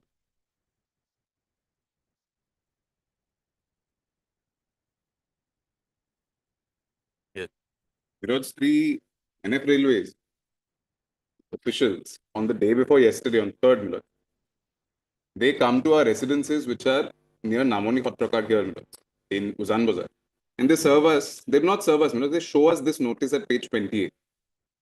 This is a photograph, Milot, which was taken by one of the petitioners before your lordships. Milot will kindly see this notice. It's barely 5 lines, Milot. I'll just read for your lordship at page 28. Eviction notice. It is noticed that the railway quarter number so-and-so has been encroached by you unauthorizedly from a long period. So you are asked to vacate the said quarter within 7 days to avoid further eviction procedure. Now, Milords, that day itself, they have disconnected my water pipes, my supply water. And yesterday, Milords, they have come and I pleaded this, Milords. I also have brought photographs for your lordship because of paucity of time, Milords, I could not attach them. These photographs, Milords, will kindly see. And today in the morning, Milords, they have come in, they have shown me this notice. They've given me a copy of this notice. I'll provide a copy of this to my learned friend as well, Milords. No, first tell us why you are occupying railway quarter. It's not a railway quarter, Milords. That is the entire issue, Milords. There is nothing there. They have simply come and they have written it by their hands. The railway quarter number so-and-so you are occupying. There's nothing of that sort at all, Milords. It's non-existent. And because, Milords, I'll also point out, last year in February, Milords, the same thing had happened in an adjoining locality in Podumbukhuri. And Milords, this honorable court had passed interim orders and 5 writ petitions, which are from page 52 onwards, Milords. In my writ petition, I have annexed it. Exactly same case, Milords. They came and they passed an omnibus order, an eviction order, stating that we are going to evict you because you are occupying railway premises. Without not even a modicum of reference to the Public Premises Act, Milords. Page 52, Milords, will What has kindly happened to these writ petition? These are still pending, Milords. I've also attached the case status pages, Milords, which begin at page number 68, Milords. All of these writ petitions are presently pending adjudication. The stays are also, they are in force, Milords, in vogue, present. Yeah. So my humble prayer, Milords, this notice may be stayed. It is absolutely vague, Milords, ambiguous. It is not directed to anybody. It is not in consonance with the provisions of the 1971 Public Premises Eviction Act, Milords. And therefore, Milords, for the time being, till disposal of the instant petition, Milords. Your claim is that this is not a railway quarter. No, not at all, Milords. These How properties. have you come to occupy this place? Milords, we have occupied these properties for 15 to 30 years. How? Milords, they came and settled there, Milords. They have holding numbers, Milords, which have been issued to them. Milords, will kindly have from the for petitioner number 1, Milords, it begins at page 29, my document. His holding number, Milords, page 34, Milords, will kindly see the bill for this year. And the affidavit that was submitted by petitioner number 1 is at page 36 for the property which he is occupying, for the premise that he is occupying. And similarly, Milords, I have annexed for all the other petitioners as well. For petitioner number 2. So at some point in time, they were railway property. No, Milords. Milords, and that is the case. Milords, that is disputed by me.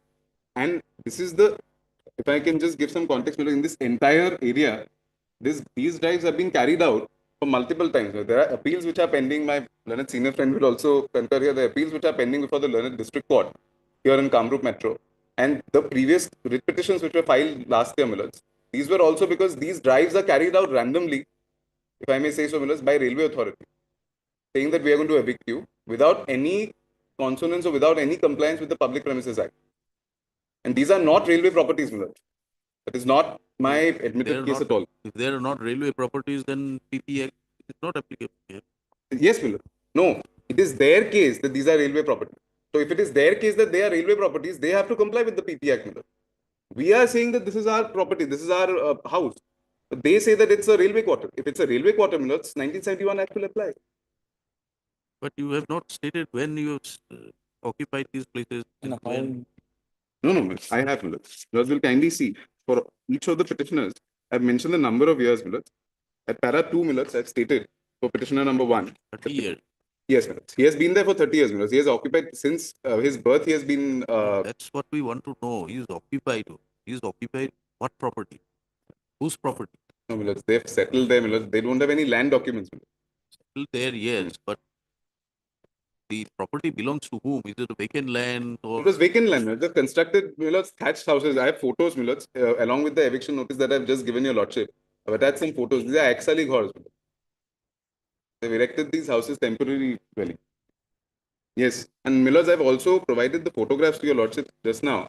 What they've done yesterday, they've removed one pin from the roofs of each of these houses to symbolically show that we are already evicting you. Therefore, Millers, today it was very urgent that I move this petition before your lordship because today they are going to demolish the entire property. That is what respondent number 2 has said. Lordship, I have just received a copy, Lordship. I have to obtain the instruction by the Lordship. Because just now I received a copy. And from that, only thing is that, Lordship, how they came to occupy this land as Lordship has asked the question. And I have seen there the holding. Assuming these are railway property, you have to I vacate have them to by PPA. invocation of PPA. PPA, Lordship, that's it.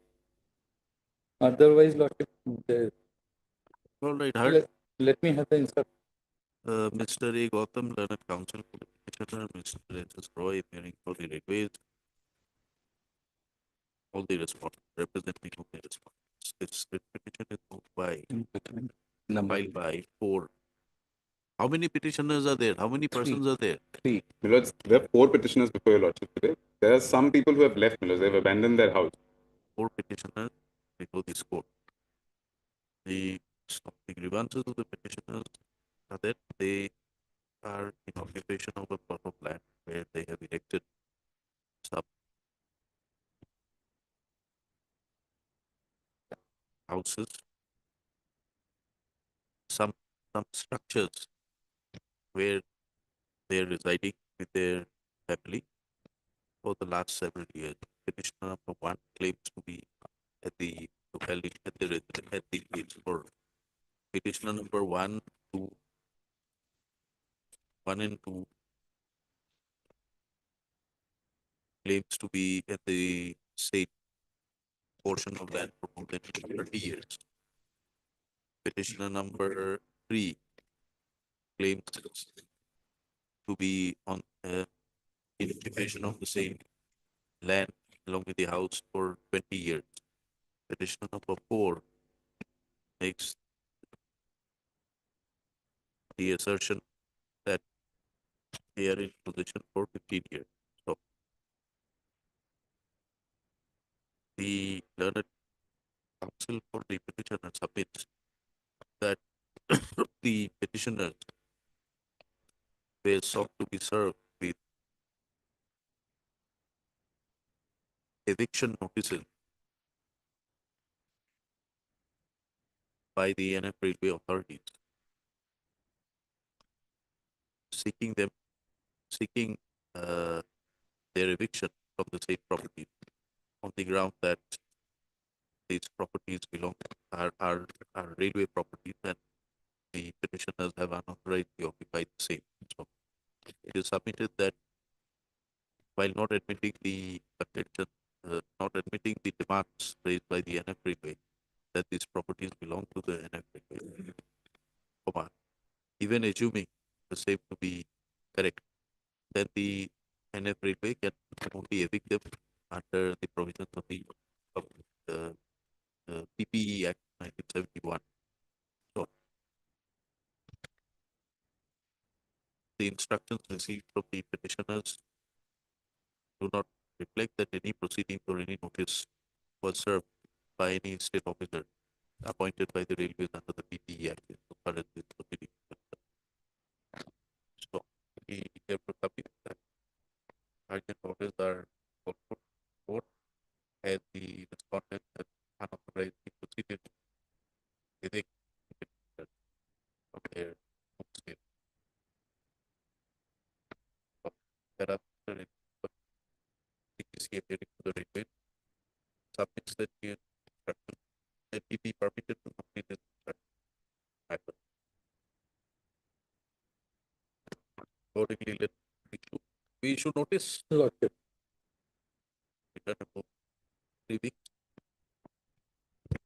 That since the respondents are represented by learned CTC, notices are waived, however, extra copies be furnished within a period of 1 week. Let the respondents complete their instructions and file necessary affidavits. If so advised in the meantime. So, till the next returnable date, no step to be taken, no further step to be taken by the NF Railway Authority to evict the petitioners from their home state. Stop. Let the matter be listed again on 22nd of January. Milods, On 25th of January. Milods, that week I'm indisposed, Milods. 25th means it will go to 27th. 25th is a Saturday.